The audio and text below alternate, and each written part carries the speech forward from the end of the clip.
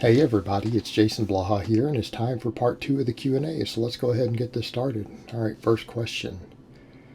To what extent can we grease the groove with core work? And I hope by core you mean not just the abs, you mean everything around the waistline. All right, greasing the groove on core work would be pointless. And I'm not saying you can't train core muscles every day, because I do, but that's not greasing the groove. You need to understand that greasing the groove is not about daily training. It's about picking an easy to recover from movement and doing it multiple times a day, every day, to get good at it, right? You just get really, really good at whatever it is that you're doing with submaximal sets that aren't taken to failure.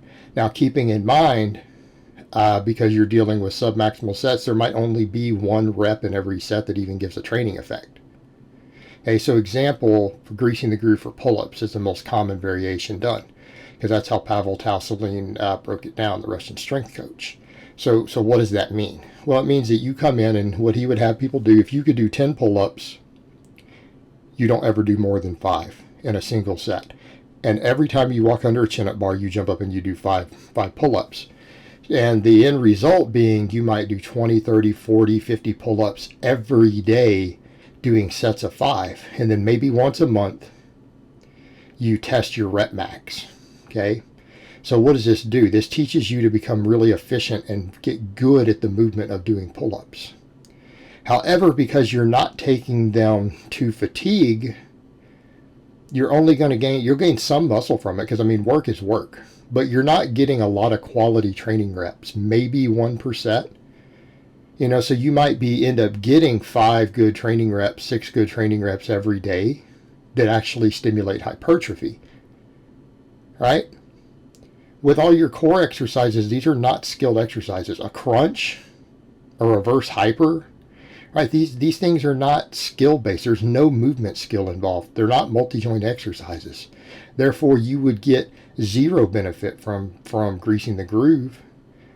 Can you train them every day? Sure. So let's take the reverse hyper. I do it on camera twice a week, usually 5 sets of 10 with a fairly heavy weight.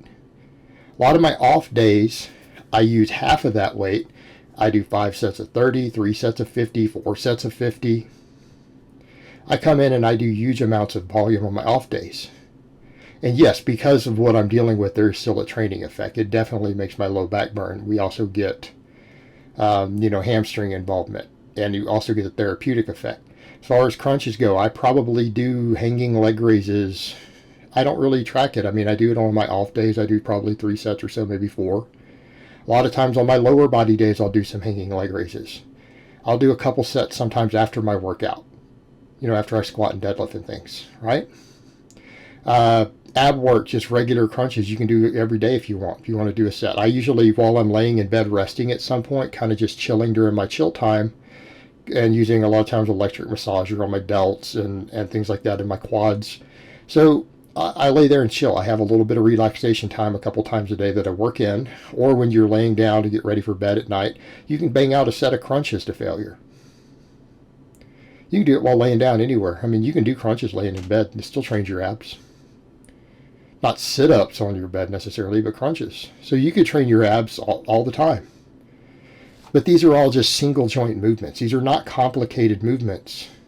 There's no skill involved, therefore you don't want to grease the groove. But can you train your core every day? Sure. It's a very resilient muscle.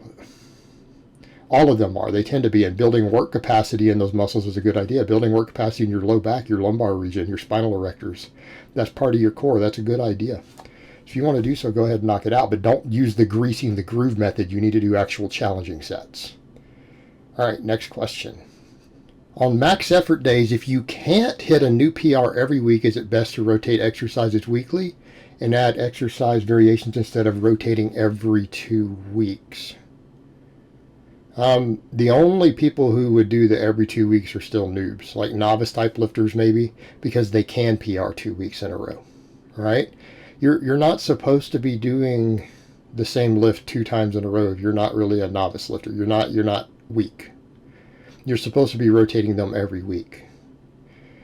And you're supposed to PR every week. So generally the idea is that you personally use enough variations that you don't test a lift again until you can PR on it. Okay? So what does that mean? If you're like, well, I need an entire year to add 5 pounds to my bench press, that's how slow it's going, then you bench once a year. All right? And that needs to be very, very clear here. You want to PR as a general rule every time you repeat a variation. So yeah, you're supposed to be rotating variations weekly. That's standard in a conjugate method. Yes, there's times where it said, okay, you can do them for 2 weeks in a row and then switch. But that's for very unadvanced lifters. That's for maybe late novice lifters. All right, you understand what we're saying? And even then, you probably would want to rotate squat and deadlift every other week anyways, even if you did that. So you have to understand the nature of what you're talking about. And even though you might do that for a short period of time, you're going to very quickly hit the point where you can't PR every week if you hit the same lift twice in a row. And obviously you rotate at that point. Now, let me put it this way. The majority of people are very quickly going to be at that point. So that's what the majority of people are going to need to do. It's going to be a very short-lived period of time where you're going to be able to get stronger week to week, every week on the same movement. And keeping in mind, again, this is also how we avoid overuse and stagnation. All right, so we want to be rotating these lifts. And it's not a big deal, just rotate it. You don't forget how to bench. You don't forget how to floor press just because you did a different variation of it. All right, that's our goal, is to PR each time. It's usually what we want to see happen. And that's not always easy. I mean, there are times you guys see me not PR, but it's because my strength hasn't gone up. Sometimes we go through minor setbacks. We go through a lot of things. In my case, I haven't gained any weight really this year. I've been slow cutting at this point. So gains come a little slower, but they still happen. We still get PRs. So, but the goal is, generally speaking, unless you have other things influencing it, you should be PRing every time. And you don't repeat a variation until you can PR on it. That's the general idea. That's what we're supposed to be doing. All right, next question and last question of the week. Jason, can you please go over the pros and cons of wearing a knee sleeve for squatting? I plan to compete in a federation that allows sleeves and was wondering if I should use them in the weeks leading up to the meet or regularly in training for ME and DE work.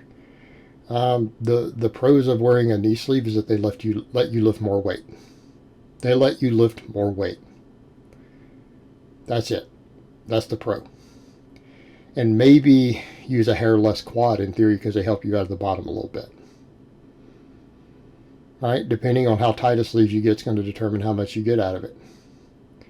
But good tight sleeves, you can get 20, 30 pounds out of them. So what are the cons of it? Well, you got to buy sleeves. You got to put them on and off. Like it's not easy to put tight sleeves on. Right? Our training can get complicated enough. There's enough work involved in training, especially with your DE work of setting up bands and chains and everything else. And if you're going through all this trouble, you're having to put sleeves on also and then take them back off every week. I think it's just an annoyance. It probably isn't worth it. Now, some people might disagree. They're like, well, maybe we want the extra slight accommodation by having the sleeves help a little out of the bottom. Well, you could run more band or chain tension if that was your goal. Okay. Now, is there something to be said for getting used to wearing the sleeves going into a meet? Well, that's different. Yeah, if you have a meet coming up and they're going to let you wear sleeves in your raw class, and you want to get some practice squatting in with the sleeves, by all means, then test them out for a while. It's not a bad idea so that you get used to the sleeves. Right? You want to get used to the sleeves and how they feel and how you move maybe a hair different because they're going to spring you a little bit from the bottom. This is assuming you get good tight ones. Now, if you're getting really loose sleeves, you've wasted your money and you're wasting a piece of equipment that could be helping you lift more in competition. They need to be tight. And when they're tight, they are not easy to get on and off. Okay, there's going to be work involved. Now, a lot of people will say things like, well, don't they help prevent knee injury? No, they don't help prevent injuries. That's nonsense. This is this whole sort of silly idea that people have that if you can trap warmth into a joint when training, that it magically is going to get injured less, that you're going to pull muscles less or hurt a joint less. Well, you shouldn't be hurting your knees squatting anyways. Number two, Why does this people get this effect? Because I wear it and I hurt less. Well, it's like you're hurting because you've got inflammation and an injury, and what you're doing is if you're wrapping something tight around a joint, you're cutting off circulation a little bit, and maybe it gets a little bit numb, and you don't feel the pain that you should actually be experiencing based upon what you've done to yourself. But they don't actually prevent injuries at all. They do nothing for injury prevention, sleeves nor wraps, at least in this context. All right, guys, well, that's really all I have to say on that today. I hope it's been informative, and I will talk to you guys next time.